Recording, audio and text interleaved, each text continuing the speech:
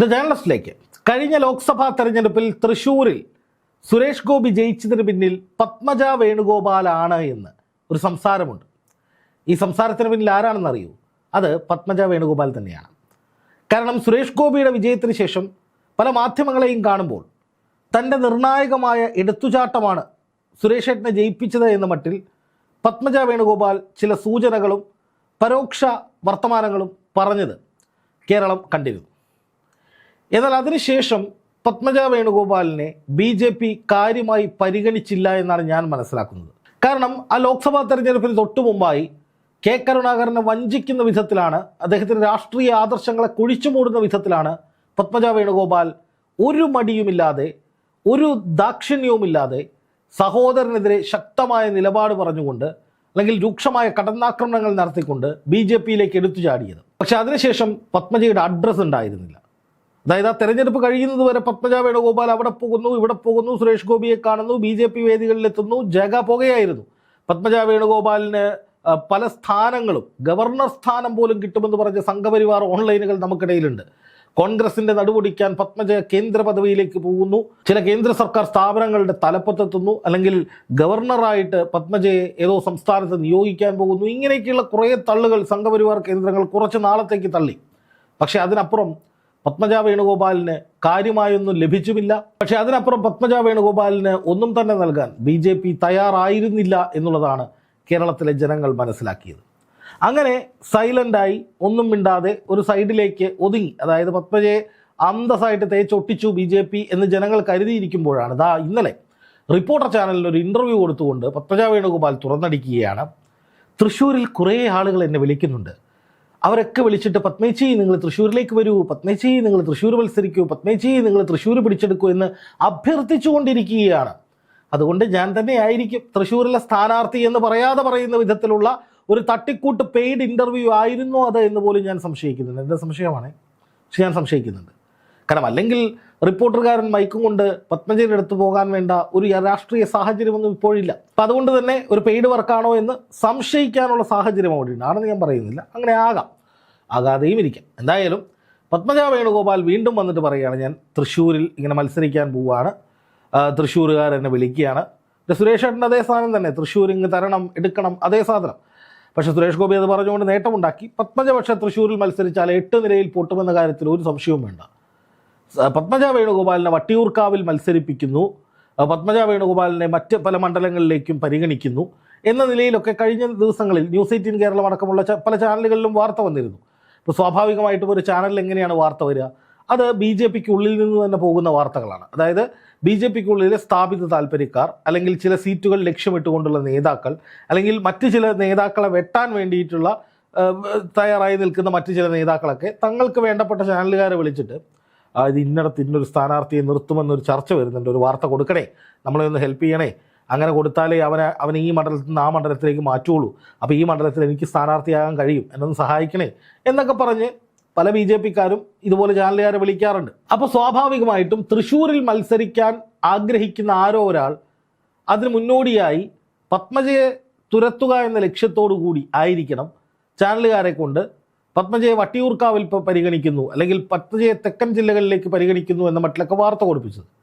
പക്ഷേ ഇത് മനസ്സിലാക്കിയ പത്മജ, അതായത് തന്നെ മറ്റൊരിടത്ത് ഇട്ട് തോൽപ്പിക്കാൻ വേണ്ടിയിട്ട് ബലിയാടാക്കാനുള്ള നീക്കം നടക്കുന്നു എന്ന് മനസ്സിലാക്കിയ പത്മജ പെട്ടെന്ന് തൃശ്ശൂരിൽ താൻ മത്സരിക്കും എന്ന തരത്തിൽ ഒരു പ്രഖ്യാപനം നടത്തിയതായിട്ടാണ് എനിക്കത് കണ്ടപ്പോൾ തോന്നിയത്. പക്ഷെ അതിൽ നിന്ന് മനസ്സിലാക്കേണ്ട ഏറ്റവും പ്രധാനപ്പെട്ട ഒരു കാര്യം എന്താണെന്നറിയോ? ഈ ചതിക്കുത്തരം മുറിപ്പത്തൽ എന്ന് പറയുന്നത് പോലെ, അല്ലെങ്കിൽ പൊട്ടനെ ചതിച്ചാൽ ചട്ടിയെ ദൈവം ചതിക്കും എന്ന് പറയുന്നത് പോലെ, പത്മജ വേണുഗോപാലിന് കൊലച്ചതിയാണ് BJPക്കുള്ളിൽ നിന്ന് ലഭിച്ചത്. കാരണം സീറ്റുമായി ബന്ധപ്പെട്ട് തെരഞ്ഞെടുപ്പ് പ്രഖ്യാപനത്തിന് മുമ്പ് തന്നെ പത്മജയ്ക്ക് ഒരു ചാനലിന് മുന്നിൽ വന്ന് ഞാൻ തൃശ്ശൂർ നോക്കുന്നുണ്ട് കേട്ടോ എന്ന മട്ടിൽ പറയേണ്ടി വരുന്നത് ഒരു വലിയ ഗതികേടാണ്. അതായത് പത്മജയെ കാര്യമായി പരിഗണിക്കുന്നില്ല, പത്മജയെ കാര്യമായി ആരും ശ്രദ്ധിക്കുന്നില്ല, എനിക്ക് ശ്രദ്ധ വേണം, എന്നെ പരിഗണിക്കണം എന്നൊരു നിലവിളിയായിട്ടാണ് പത്മജയുടെ അഭിമുഖത്തിൽ ഞാൻ കാണുന്നത്. അല്ലെങ്കിൽ സാധാരണഗതിയിൽ ഒരു സ്ഥാനാർത്ഥിത്വം ഉറപ്പുള്ള ഒരാളാണെങ്കിൽ അവർ ചിന്തിക്കേണ്ടത് എന്താണ്? അവർ ചിന്തിക്കേണ്ടത് എനിക്ക് BJP സ്ഥാനാർത്ഥിത്വം നൽകും, അതുവരെ വെയിറ്റ് ചെയ്യാം എന്നുള്ളതാണ്. ഇപ്പോൾ ശോഭാ സുരേന്ദ്രൻ കഴിഞ്ഞ ദിവസം മാധ്യമങ്ങളെ കണ്ടപ്പോൾ പറഞ്ഞത് എന്താ? കേരളത്തിൽ എവിടെ വേണമെങ്കിലും മത്സരിക്കാൻ ഞാൻ സന്നദ്ധയാണ്. ഒരുപാട് ഇടങ്ങളിൽ നിന്ന് ഒരുപാട് ആളുകൾ വിളിക്കുന്നുണ്ട്. എവിടെ മത്സരിച്ചാലും വിജയപ്രതീക്ഷ എനിക്കുണ്ട് എന്നാണ് ശോഭാ സുരേന്ദ്രൻ പറഞ്ഞത്. അതിൽ വലിയൊരു കാര്യം, ഒരു വാസ്തവമുണ്ട്. പാലക്കാട് മത്സരിച്ചാലും, തൃശ്ശൂർ മത്സരിച്ചാലും, ഹരിപ്പാട് മത്സരിച്ചാലും, കായംകുളത്ത് മത്സരിച്ചാലും ശോഭാ സുരേന്ദ്രൻ്റെ ചരിത്രം, ട്രാക്ക് റെക്കോർഡ് പരിശോധിച്ചാൽ എവിടെയൊക്കെ മത്സരിച്ചിട്ടുണ്ടോ അവിടെയൊക്കെ വോട്ടിംഗ് ശതമാനം ഉയർത്തിയിട്ടുള്ള, എതിരാളികൾക്കൊരു പേടി സ്വപ്നമായി അതിവേഗത്തിൽ വളർന്നിട്ടുള്ള ഒരു നേതാവാണ് ശോഭാ സുരേന്ദ്രൻ. വെറുതെ പറയുന്നതല്ല, കണക്കുകൾ പരിശോധിച്ച് നോക്കൂ. പക്ഷേ അതിൻ്റെ ഒന്നും 7 അയലത്തെത്താൻ പത്മജ വേണുഗോപാലിന് കഴിഞ്ഞിട്ടില്ല, കഴിയുമെന്നിട്ട് കരുതുന്നുമില്ല. ഇപ്പോൾ കഴിഞ്ഞ ലോക്സഭാ തെരഞ്ഞെടുപ്പിൽ തൃശ്ശൂരിൽ കോൺഗ്രസിനെതിരായിട്ടൊരു ഓളമുണ്ടാക്കാൻ, അല്ലെങ്കിൽ കോൺഗ്രസിനുള്ളിൽ ആശയക്കുഴപ്പങ്ങൾ സൃഷ്ടിക്കാൻ വേണ്ടി BJP തൽക്കാലത്തേക്ക് ചാടിച്ചു കൊണ്ടുവന്ന ഒരാളാണ് പത്മജ വേണുഗോപാൽ. അതിൽ വിജയിച്ചു എന്ന് കുറച്ചൊക്കെ വിജയിച്ചു എന്ന് BJP കരുതുന്നുമുണ്ട്. പക്ഷേ അതിൻ്റെ അടിസ്ഥാനത്തിൽ, അല്ലെങ്കിൽ ലീഡർ K കരുണാകരൻ്റെ ആശയത്തിന് വിരുദ്ധമായി ആ കുടുംബത്തെ ചതിച്ചെന്നൊക്കെയാണ് അവർ പറയുന്നത്. അങ്ങനെ ഒരു നേട്ടത്തിന് വേണ്ടി BJPയിലേക്ക് ചാടിയിട്ട് ഒടുവിൽ BJP ബലിയാടാക്കാൻ ശ്രമിക്കുന്നു എന്ന് തോന്നലുണ്ടാകുമ്പോൾ അവിടെ നിന്ന് ഓടി രക്ഷപ്പെട്ട് തൃശ്ശൂരിൽ വന്ന് എനിക്ക് തൃശ്ശൂർ വേണം എന്ന മട്ടിലൊക്കെ പറയാൻ ഇവർ തയ്യാറാകുന്നു എന്നത് തന്നെ പത്മജയ്ക്ക് കിട്ടിയ 8ൻ്റെ പണിയാണ്, അവർക്കുള്ള വലിയ തിരിച്ചടിയാണ്. ഇനി പത്മജ തൃശ്ശൂരിൽ മത്സരിക്കുകയാണെന്ന് വയ്ക്കുക, 8 നിലയിൽ പൊട്ടാനുള്ള കളം തന്നെയാണെന്ന കാര്യത്തിൽ സംശയമില്ല. കാരണം BJPയുടെ ഒരു സ്വഭാവം നോക്കുക. പല പല പല മോഹന വാഗ്ദാനങ്ങളും നൽകി BJP പല നേതാക്കളെയും പല ടെക്നോക്രാറ്റുകളെയും ഒക്കെ BJPയിലേക്ക് ചാടിക്കാറുണ്ട്. ഒരുപാട് ഉദാഹരണങ്ങളുണ്ട്. പക്ഷെ അവരൊക്കെ തെരഞ്ഞെടുപ്പ് കഴിയുമ്പോൾ കറിവേപ്പിലകൾ പോലെയായി മാറും. ഒരുപക്ഷെ കറിവേപ്പിലയ്ക്ക് അത് ദോഷമായിരിക്കും അങ്ങനെ പറഞ്ഞാൽ, അല്ലെങ്കിൽ കറിവേപ്പിലയ്ക്ക് അത് നാണക്കേടായിരിക്കും. അതിലും മോശമായിട്ട് BJP സൈഡ് ലൈൻ ചെയ്യാറുണ്ട്. അപ്പോൾ ഞാൻ വെറുതെ ചില പേരുകൾ പറയാം. ഒന്ന്, കൃഷ്ണകുമാർ എന്ന നടൻ. അദ്ദേഹം BJPയിലേക്ക് എടുത്തു ചാടി.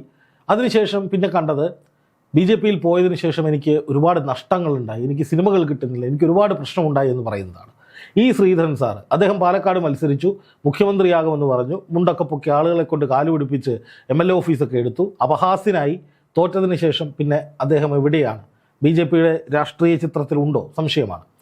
അതുപോലെ PC ജോർജ്, ഷോൺ ജോർജ് ഒക്കെ BJPയിലേക്ക് എടുത്ത് ചാടിയവരാണ്.